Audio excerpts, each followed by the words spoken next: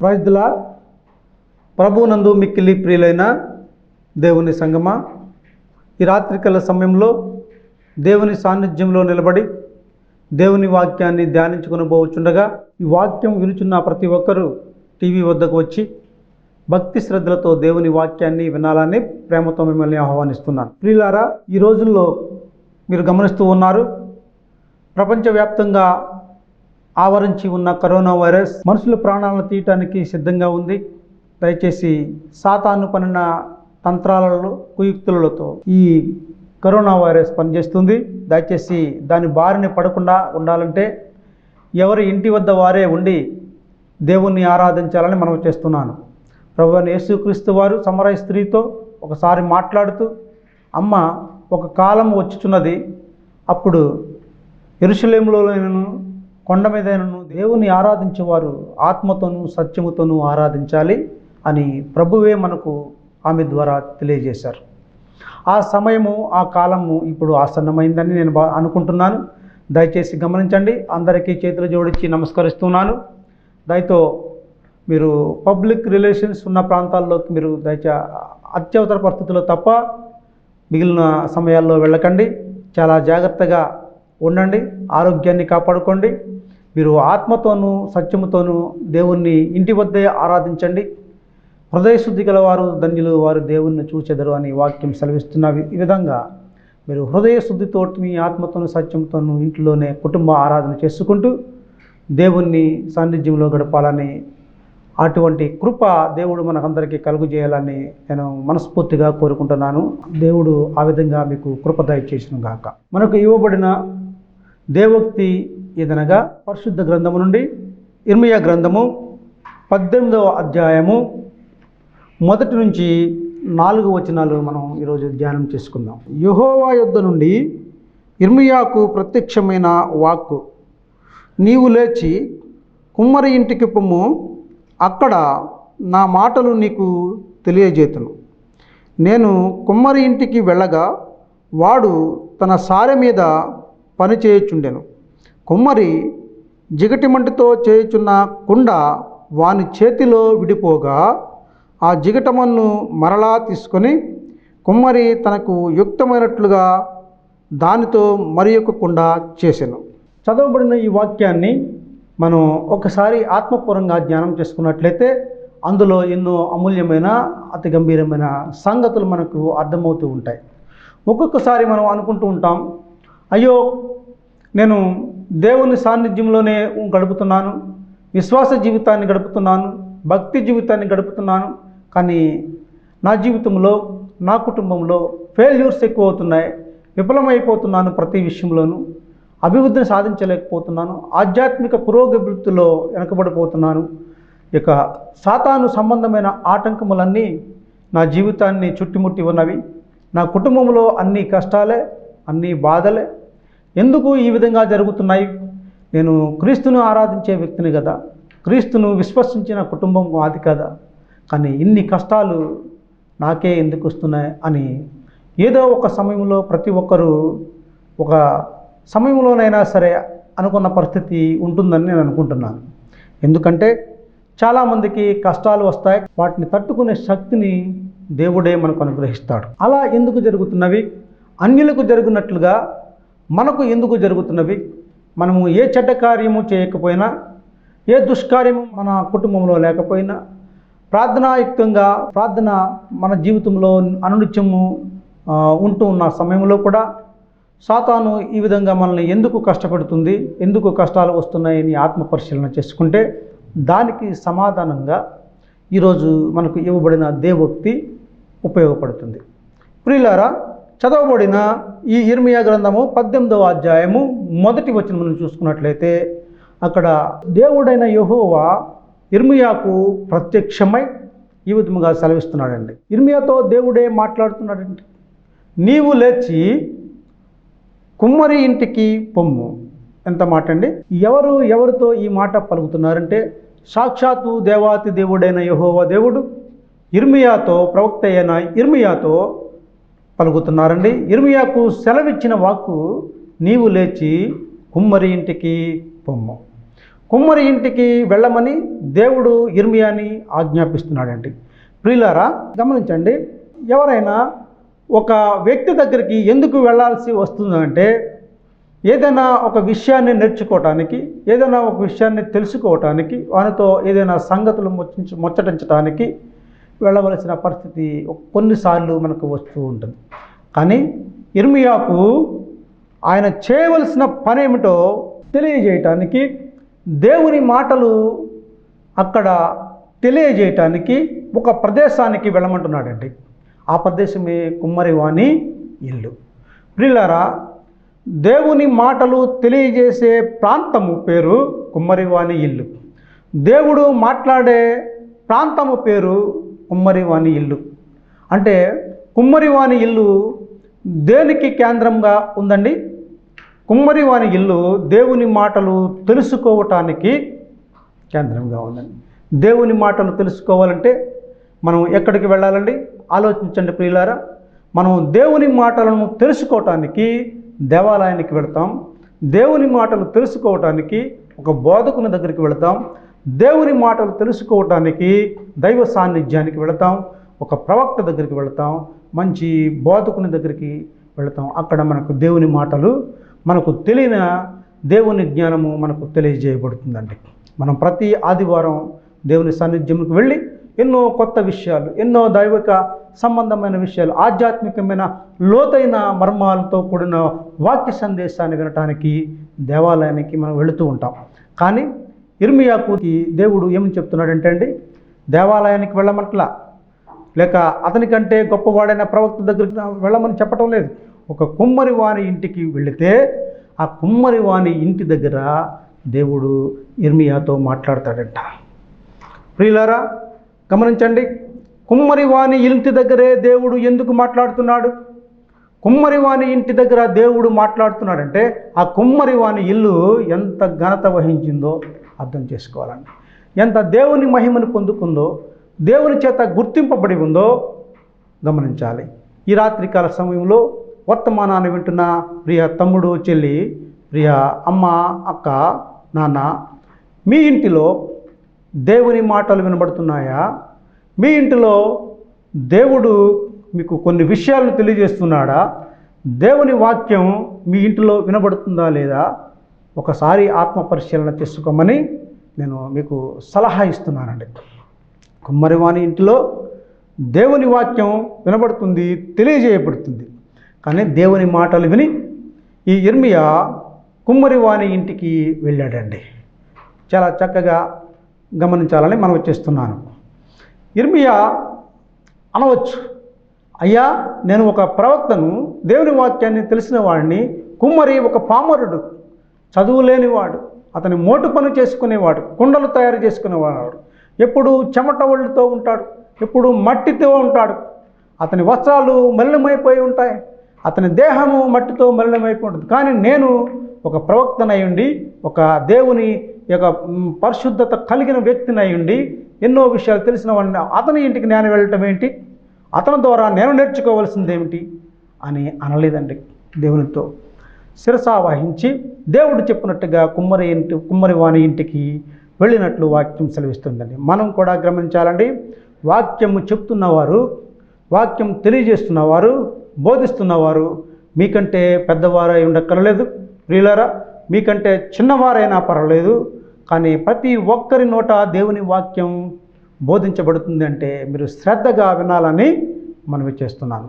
దయచేసి ఎవరిని తక్కువగా అంచనా వేయవద్దు, కించపరచవద్దు, అవమానపరచవద్దు. దేవుని వాక్యాన్ని ప్రకటిస్తున్నవారు, దేవుని వాక్యాన్ని బోధిస్తున్నవారు ఎంతో గొప్పవారిగా తలంచాలని మనం చేస్తున్నాను. ఇందు నిమిత్తము రాయబడిన సంగతులు ఏమిటంటే, దేవుని వాక్యమును ప్రకటించు పాదములు ఎంతో సుందరములైనవని వాక్యం సెలవిస్తుంది. ఇక్కడ చదవబడిన వాక్యాన్ని మనం ఒకసారి లోతైన మర్మాలతో తెలుసుకుందామండి. యిర్మీయా కుమ్మరివాని ఇంటికి పోయాడండి. కుమ్మరివాని ఇంటి వద్ద వెళ్ళగానే అతనికి కనిపించింది ఏమిటంటే, కుమ్మరి పని చేసుకుంటున్నాడండి. సారె మీద పని చేసుకుంటున్నాడు. పని చేసుకుంటూ ఉన్నప్పుడు అతను చేతిలో ఉన్న ముద్ద, తన చేతిలో ఉన్న జిగట మన్ను విడిపోయిందండి. గమనించాలండి. కుండలు తయారు చేసే వ్యక్తి చేతిలో జిగట మన్ను విడిపోయిందంటండి. అంటే కుమ్మరి చేతిలో ఉన్న మట్టి విడిపోయింది అంటే అతను మళ్ళీ దాన్ని ఇంకొక దాన్ని చేయటానికి మళ్ళీ ఆ మట్టిని మళ్ళీ ఫ్రెష్గా తయారు చేస్తూ ఉంటాడండి. దేవుని సన్నిధిలో ఉన్న నీవు నిన్ను దేవుని నుండి విడగొట్టిన సాతాను క్రియ ఏదైనా సరే నీవు మళ్ళీ దేవుని చేతిలో ఉండి దేవునితో యొక్క మీ విజ్ఞాపనను తెలియజేసుకున్నట్లయితే కుమ్మరి ఏ విధంగా మళ్ళీ విడిపోయిన ఆ జిగట మన్నును కలిపి మా యొక్క కుండను తయారు చేశాడో ఆ విధంగా పగిలిపోయిన నీ జీవితాన్ని, విడిపోయిన నీ కుటుంబాన్ని, సాతాను ఛిద్రం చేసిన మీ సంగతులన్నిటినీ దేవుడు కలిపి దేవుని సేవకు అనుకూలమైన పాత్రగా ఈ రాత్రి నిన్ను మలుచుకోబోతున్నాడేమో ప్రియులారా, ప్రశ్నించుకోమని అడుగుతున్నాను. ఆలోచించండి. దేవుడు ఎందుకు మీ కుటుంబంలో ఈ కష్టాలు పెట్టాడో, ఈ కన్నీళ్ళు ఉన్నాయో, ఈ వేదనలు ఉన్నాయో, ఈ ఊహించరాని సంఘటనలు జరుగుతున్నావో, పరిణామాలను ఎదుర్కొంటున్నారో, వాటన్నిటి నుండి ఏదో కొత్త విషయం దేవుడు మీ నుండి కోరుతున్నాడండి. అది ఈ రాత్రికాల సమయంలో మీరు గమనించాలని మనం చేస్తున్నాను. కుమ్మరి ఇంటికి ఇర్మియా వెళ్ళగానే కుమ్మరి ఇంటి దగ్గర ఏం కనబడుతుందండి? ఏం కనబడతాయండి? పగిలిపోయిన కుండలు, తయారు చేసిన కుండలు, మంచి కుండలు, ఇక అతను చెమటతో ఉన్న శరీరము, ఆ మట్టితో మలినమైపోయిన వస్త్రాలు, ఇవన్నీ కనబడుతూ ఉంటాయండి. అక్కడ ఒక మట్టి కనబడుతుంది. ముఖ్యంగా అతను కనబడిన మొట్టమొదటి విషయం ఏంటంటే కుమ్మరి చేతిలో చితికిపోయిన జిగట మన్ను ప్లస్ అక్కడ కుండలు తయారు చేయడానికి కావలసిన మన్ను చూశాడండి. మట్టిని చూశాడు ఇర్మియా. అంటే మట్టిని చూడటానిక ఇంత దూరం ఇర్మియా అనే దేవుడు రమ్మన్నది? ప్రియులారా, అవును, మట్టిని చూడటానికి. కుమ్మరి తీసుకున్న మట్టిని గమనిస్తున్నాడు ఇర్మియా. మట్టిని ఎప్పుడైతే చూసి గమనించాడో అప్పుడు ఒక విషయం ఇర్మియాకు అర్థమైందండి. అంటే మట్టి ఎక్కడ ఉండదండి? మీ ఊళ్ళో మట్టి ఉండదా? మా ఊళ్ళో మట్టి ఉండదా? ఎక్కడ పడితే అక్కడ ఈ భూ ప్రపంచమంతా మట్టితో నిమ్మడీకృతం అయిపోయిందండి. ఎక్కడ చూసినా మట్టే కనబడుతుంది. కానీ కొత్తగా మట్టిని చూడవలసిన అవసరం ఏముందండి? గమనించాలండి. అదే ఇక్కడ నేర్చుకోవలసిన విషయం. అంటే మన పొలాల్లో ఉన్న మట్టి వేరు, మనం చూస్తున్న మట్టి వేరు, కుమ్మరి దగ్గర ఉన్న మట్టి వేరండి. కుమ్మరి ఈ కుండలు తయారు చేయటానికి ఏ మట్టి అయితే అనుకూలంగా ఉంటుందో దాన్ని భూమి నుంచి వేరుపరుస్తాడండి. ప్రియులారా, గమనించాలి. ప్రపంచమంతా మట్టిమయమై ఉంది, కానీ కుండలు తయారు చేయడానికి ప్రపంచంలో ఉన్న మట్టి అంత పనికిరాదండి. ఏ మట్టి అయితే కుండలు చేయటానికి అనుకూలంగా ఉందో, యోగ్యంగా ఉందో ఆ మట్టిని కుమ్మరి సేకరిస్తాడు తన స్వహస్తాలతో. గమనించాలి. ఈ భూమి నుంచి ఈ మట్టి వేరు చేయబడిందండి. ఈ విషయాన్ని ఇక్కడ ఇర్మియా తెలుసుకుంటున్నాడు. మొట్టమొదటిగా ఈ జనాంగము నుండి, ఈ భూమిలో ఉన్న మనుషుల యొద్ద నుండి మీరు దేవుని పాత్రకు, దేవుని సేవకు వాడబడుతున్న పాత్రగా తయారు చేయాలంటే ఈ జనాంగము నుండి మీరు ముందుగా వేరుగా ఉండాలి, వేరుపరచబడాలి దేవుని చేత. ప్రియులారా, కుమ్మరి చేస్తున్న మొట్టమొదటి పని అదే. మట్టిని ప్రత్యక్షంగా ఉంచాడండి, మట్టిని వేరుగా ఉంచాడండి మట్టి నుండి. ఇక్కడ అబ్రహాంతో దేవుడు మాట్లాడుతూ ఆదికాండము 12వ అధ్యాయము 1వ వచనంలో మనం చూసుకున్నట్లయితే అబ్రహామును పిలుస్తున్నాడు దేవుడు. నీ బంధువుల యొద్ద నుండి, నీ స్వదేశము నుండి, నీ గ్రామము నుండి, నీ స్నేహితుల వద్ద నుండి నీవు బయటకు రా. బయటకు రమ్మని దేవుడు అబ్రహామును ఆజ్ఞాపిస్తున్నాడండి. అబ్రహాము బయటకు రాకుండా ఊరు అనే ప్రాంతంలోనే ఉంటే అబ్రహాము అన్ని ఆశీర్వాదాలకు యోగ్యుడు కాదు, విశ్వాసులకు తండ్రిగా ఉండలేడు. అబ్రహాము చేత జనాంగములు నిర్మించబడేవి కాదండి. కాబట్టి మన ద్వారా దేవుని క్రియ జరగబోతుంది అంటే, జరగాలి అని అనుకుంటే మనము ప్రత్యక్షంగా జీవించాలండి, వేరుగా జీవించాలి. సంఘము నుండి వేరుగా జీవించాలి. అంటే వేరైపోమని కాదు, పాపము నుండి వేరుగా జీవించాలి. ఈ జనాంగము నుండి ఒక దేవుని సేవకుడిగా ప్రత్యేకించబడాలి నీవు. Praise the lord. మొట్టమొదటి కుమ్మరి చేసే పని మట్టిని వేరుపరచటం. అలా వేరుపరచబడినప్పుడే మట్టి కుమ్మరి చేతిలో ఉంటుంది, పాత్రకు అనుకూలమైనదిగా ఉంటుంది. ప్రియులారా, మొదటిగా అబ్రహామును దేవుడు వేరుపరిచాడండి. అబ్రహాము నుండి లోతును వేరుపరిచాడండి. వేరుగా ఉన్నప్పుడే దేవుని ఆశీర్వాదాలు వస్తాయి. అందరితో కలిసిపోయి ఉన్నప్పుడు దేవుని ఆశీర్వాదాలు అంతగా వచ్చినట్లు కనబడలేదు. కానీ వేరుగా ప్రత్యేకించబడాలి దేవుని కోసం మనమంతా. అప్పుడే దేవుని ఆశీర్వాదాలు పొందుకోబడతాం. ఇక్కడ కుమ్మరి మట్టిని వేరుపరిచినట్టుగా మనము పాపము నుండి, ఈలోక సంగతుల నుండి మనం వేరుపరచబడి జీవించాలని మనం చేస్తున్నాను. రెండవదిగా, వేరుపరచబడిన ఆ మట్టిని కుమ్మరి ఏం చేస్తాడండి? కుమ్మరి ఆ మట్టిని నీటితో తడుపుతాడండి. గమనించాలి, వేరుపరచబడినప్పుడు మట్టి నీటితో తడపబడుతుంది. అంటే నీటితో తడపబడుతుంది అంటే వేరుపరచబడిన నీవు నీటితో అనుబంధాన్ని కలిగి ఉండాలి. నీటితో అనుబంధం అంటే బాప్తిస్మం అనుభవంలోనికి వేరుపరచబడిన ప్రతి విశ్వాసి, ప్రతి క్రైస్తవుడు, ప్రతి భక్తుడు బాప్తిస్మ అనుభవంలోనికి రావాలని మనం చేస్తున్నాను. బాప్తిస్మము పొందాలండి. ఎప్పుడైతే లోకం నుంచి వేరుపరచబడ్డావో అప్పుడు నువ్వు ఒంటరిగా ఉండవద్దు. దేవుని యొక్క పరిశుద్ధాత్మ చేత తడపబడాలి. దేవుని ప్రేమ చేత తడపబడాలి. దేవుని కరుణ చేత, దయ చేత నీవు తడిసి ముద్దయిపోయిన తర్వాత బాప్తిస్మ అనుభవంలోనికి వచ్చి నీవు ఒక దైవజనుని చేత బాప్తిస్మము పొందాలని మనం చేస్తున్నాం. మట్టిని రెండవదిగా కుమ్మరి తడుపుతున్నాడు. ఈ సన్నివేశాన్ని అంతటా యిర్మీయా చక్కగా అక్కడ కూర్చొని చూస్తున్నాడండి. చూసి ఒక్కొక్క ఆ సందర్భాన్ని బట్టి క్షుణ్ణంగా అధ్యయనం చేసి అతను తెలుసుకున్న విషయాలన్నీ ఇవి ఈరోజు దేవుడు మనకు కూడా తెలియజేస్తున్నాడండి. బాప్తిస్మము తీసుకున్న తర్వాత క్రీస్తు నామంలో మనం బాప్తిస్మం పొందాలండి. పౌలు నామంలో బాప్తిస్మం లేదు, బర్నబా నామంలో బాప్తిస్మం లేదు, లేక పెద్ద సేవకుని నామంలో బాప్తిస్మం తీసుకోకూడదు. కానీ యేసు ప్రభు వారి యొక్క నామములోనే మీకు బాప్తిస్మం తీసుకోవాలి. అంతేగాని డినామినేషనల్ ద్వారా మీకు బాప్తిస్తాలు పనికి రావు. కాబట్టి ఇశ్రాయేలుల యొక్క జీవితాన్ని చూసుకున్నట్లయితే వారు మేఘములోనూ బాప్తిస్మం పొందారు, అగ్నిలోనూ బాప్తిస్మం పొందారు, నీటిలోనూ బాప్తిస్మం పొందినట్లు వాక్యం సెలవిస్తుంది. కాబట్టి తడపబడిన మట్టి బాప్తిస్మ అనుభవానికి గుర్తని తెలియజేస్తున్నాను. తర్వాత ఆ తడపబడిన మట్టిని ఈ కుమ్మరి ఏం చేస్తాడంటే, తడపబడిన మట్టిని అతను పిసుకుతాడండి. గట్టిగా చేతులతో పెట్టి ఆ మట్టిని తడిసిన తర్వాత గట్టిగా పిసుకుతాడు. కాళ్ళతో తొక్కుతాడండి. కాళ్ళతో తొక్కుతాడు మెత్తనగా. ఎందుచేత కాళ్ళతో కుమ్మరి మట్టిని తొక్కుతాడంటే ఆ మట్టిలో ఏదైనా హార్డ్ లాంటిది గట్టిదనం ఉందేమో అని దాని గట్టిదనాన్ని తీసివేయటానికి, మెత్తపరచడానికి కాళ్ళతో తొక్కుతాడు. ఇంకా స్మూత్గా, ఇంకా మెత్తగా ఉండాలని చేతులతో పిసుకుతాడండి. పిసికి అందులో రాళ్ళు ఉంటే తీసి పారవేస్తాడు, చెత్త ఉంటే తీసి పారేస్తాడు. ఏదైనా గువ్వరాయి కానీ గుల్లలు కానీ తీసి మట్టి నుండి వేరు చేస్తాడండి.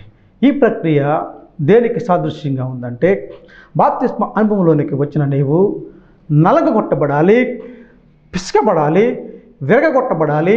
నీ హృదయము మెత్తనిదిగా కాబడాలి, మెత్తదిగా ఉండాలి. దేవుని చేతిలో నలిగిపోవాలండి. దేవుని కాళ్ళ కింద తొక్కబడాలి. మన హృదయంలో ఏదైనా ముళ్ళు ఉంటే, ఏదైనా రాయి ఉంటే, ఏదైనా చెత్త చెదారాలు లాంటివి ఉంటే దేవుడు వాటిని నలిపిన తర్వాత తీసి పారవేస్తాడు. అప్పుడు ఆ హృదయము శుద్ధ హృదయముగా తయారవుతుందండి. అలా కుమ్మరి మట్టిని పిసికి వేరు చేయకపోతే ఆ మట్టి శుద్ధ మన్నుగా తయారు కాదు. ఆ మట్టి పాత్ర చేయటానికి యోగ్యం కాదు. కాబట్టి ఈ పిసకబడటం, ఈ తొక్కబడటం దేనికి సాదృశ్యంగా ఉందంటే విశ్వాసి నలగగొట్టబడటానికి, విశ్వాసి తగ్గించుకోవటానికి సాదృశ్యంగా ఉందని మీకు తెలియజేస్తున్నాను. వాక్యంలో మనం చూసుకున్నట్లయితే యోబు యొక్క జీవితాన్ని మనం పరిశీలన చేసుకున్నట్లయితే ప్రియులారా, యోబు యొక్క జీవితంలో ఎన్నో శ్రమలు వచ్చాయండి, ఎన్నో ఇబ్బందులు వచ్చాయండి, ఎన్నో వ్యాధుల చేత యోబు బాధించబడ్డాడండి, పీడించబడ్డాడు. ఆ యొక్క చర్మ వ్యాధుల చేత అతను బాధించబడినట్టు వాక్యం సెలవిస్తుందండి. తర్వాత యోసేపు జీవితంలో మనం చూసుకున్నట్లయితే యోసేపు కూడా తొక్కబడ్డాడండి, పిసుకబడ్డాడు, విరగగొట్టబడ్డాడు, నలగొట్టబడ్డాడు. అలాగే దావీదు కూడా అటువంటి అనుభవంలోనికి వెళ్ళిన సందర్భాలు ఉన్నాయని మనవి చేస్తున్నాను. కాబట్టి తెగుళ్ళు భూమిని బంధించుటకు వారికి అధికారము ఇయ్యబడును అని ప్రకటన గ్రంథము 11:6లో రాయబడుతుందండి. విశ్వాస జీవితంలో ఏదైనా కష్టాలు, కన్నీళ్ళు, తెగుళ్ళు, వ్యాధులు, బాధలు వస్తున్నాయంటే ఇవన్నీ విశ్వాసి మరింత దేవునికి చేరువగా అవటానికి సూచనలను అని గ్రహించాలని మనం చేస్తున్నాను.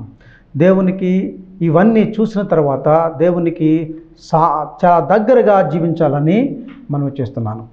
తర్వాత అతను పిసకటం, తొక్కటం అయిన తర్వాత దాన్ని ఏం చేస్తూ ఉంటాడంటే ఆ మట్టిను సారెపైకి ఎక్కిస్తాడండి కుమ్మరి.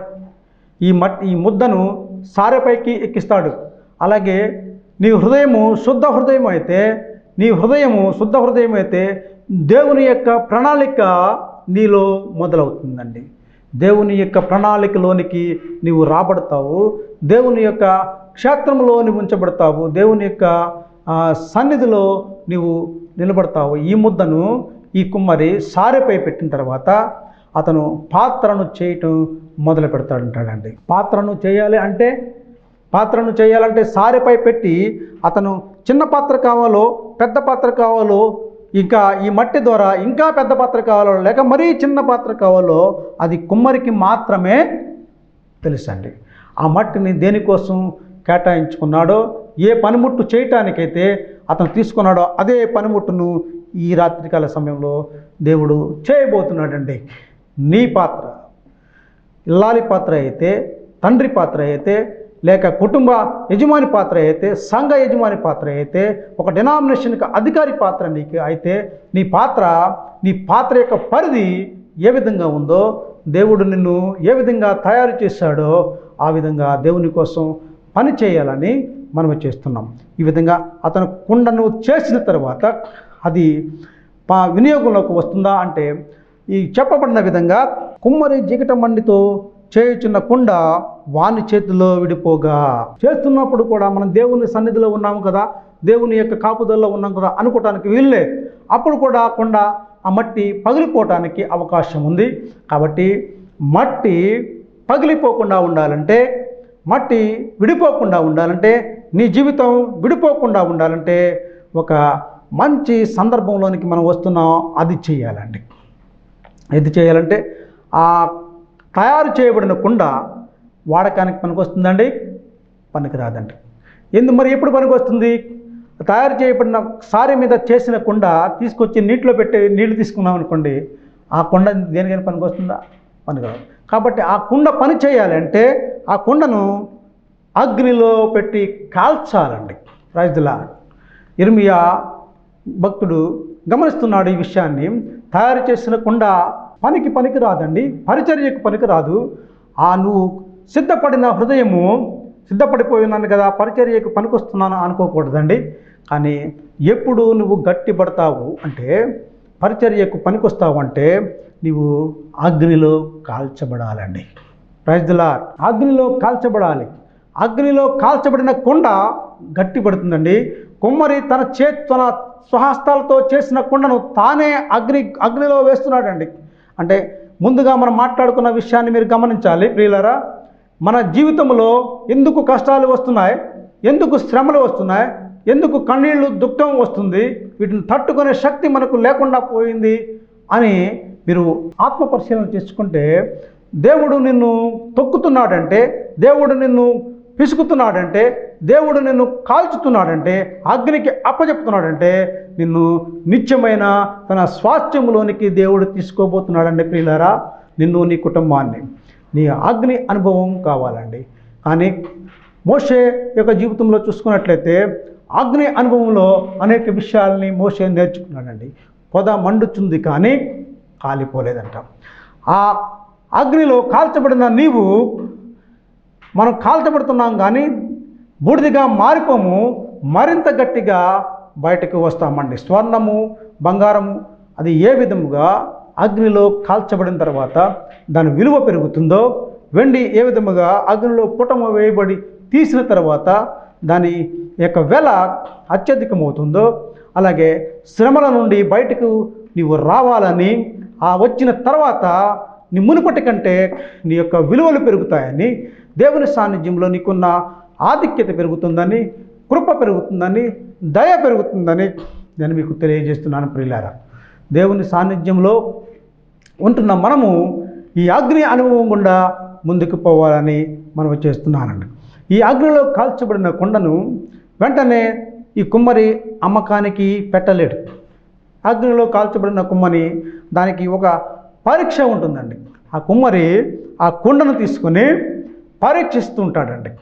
అయ్యో, నేను ఎంతో శ్రమపడి సేకరించిన మట్టి, తొక్కబడిన మట్టి, గువరాళ్ళు ఉన్నాయేమో ఏలు వేసిన మట్టి, సారెపై పెట్టిన మట్టి పాత్రగా చేసిన ఈ పాత్ర చాలా అందంగా ఉంది. కానీ ఇది ఏ ఉద్దేశం కొరకైతే నేను చేశానో ఆ ఉద్దేశాన్ని ఈ పాత్ర నెరవేరుస్తుందా లేదా అని, దానికి యోగ్యమైందా లేదని ఆ పాత్రను పట్టుకుని అతను పరీక్షిస్తాడండి. అలా కొడతాడండి. అంటే పాత్ర అది అగ్నిలో వేడిమికి నిలిచిందా లేక పగిలిపోయిందా, అది గట్టికుండా అది ఓటికుండా అని ఒకసారి చిటిక వేసి ఇలా కొట్టి కొండను దాని శబ్దాన్ని గ్రహిస్తాడండి. ప్రియులారా, కాల్చబడిన కుండ గట్టిగా ఉంటే టాంగ్ టాంగ్ మనం అవుతుందండి. అది పగిలిపోతే టిక్ టిక్ టిక్ మన సౌండ్ వస్తుందండి. ప్రియులారా, విశ్వాస జీవితంలో స్థిరపడిన నీవు నీ యొక్క వాయిస్, నీ యొక్క శబ్దం, నీ యొక్క నోటి మాట స్పష్టంగా ఉండాలి, గట్టిగా ఉండాలి, టాంగ్ టాంగ్ మాట్లాడాలి. అలా అటో మాట ఇటో మాట మాట్లాడి దేనికి చెందకుండా మాట్లాడకూడదని ప్రియులారా, నిజాన్ని నిజంగా మాట్లాడాలి క్రైస్తవుడు, అబద్ధాన్ని అబద్ధంగా ఖండించాలి క్రైస్తవుడు. అలా మాట్లాడలేని వాడు ఓటుకుండతో సమానం. గట్టిగా ఉండాలి ప్రియులారా, దేవుని సేవకు అనుకూలమైన యోగ్యమైన పాత్రగా ఉండాలని తెలియజేస్తున్నాను. ఇర్మియా కుమ్మరి దగ్గర నేర్చుకున్న విషయాలు ఏమిటంటే, లోకంలో నుండి వేరుపడాలి, తర్వాత బాప్తిస్మము అనుభవంలోనికి రావాలి, తర్వాత దేవుని చేత తొక్కబడాలి, అగ్ని చేత కాల్చబడాలి, కాల్చబడినది గట్టిగా స్థిరముగా ఉండాలి. అటువంటి కుండ పగిలిపోయినను దేవుని చేతిలో ఉంటే మరొక కొత్త కుండగా తయారు చేసి దాన్ని దేవుని పని కోసం వినియోగిస్తాడని, అట్టి కృప మన అందరికీ దేవుడు కలుగజేస్తాడని కోరుకుంటున్నాను. ప్రియులారా, మనం అందరం ఈ వాక్యము నేర్చుకున్న మనము ఏ విధముగా ఉండాలన్నది ఇర్మియాకు దేవుడు తెలియజేసిన విధంగా ప్రతి కుమ్మరి వాని ఇల్లు దేవుని మాటలు తెలుసుకోవటానికి కేంద్రమై ఉందో, ఏ విధంగా కేంద్రమై ఉందో ప్రతి విశ్వాసీ ఇల్లు దేవుని మాటలు తెలుసుకోవటానికి కేంద్రమై ఉండాలని మనం చేస్తున్నాను. నీ ఇల్లు, నీ సంఘం, నీ యొక్క కుటుంబం దేవుని వాక్యాన్ని వినటానికి, ప్రచురపరచడానికి, మహిమపరచడానికి కేంద్రంగా ఉండాలని, అటువంటి కుమ్మరి వాని ఇల్లును పోలి నీకు గృహము ఉండాలని, అటువంటి కృప మనందరికీ దేవుడు ఈ రాత్రికాల సమయంలో కలుగజేయాలని కోరుకుంటూ ముగిస్తున్నాను. దేవుడి వాక్యం దీవించును గాక.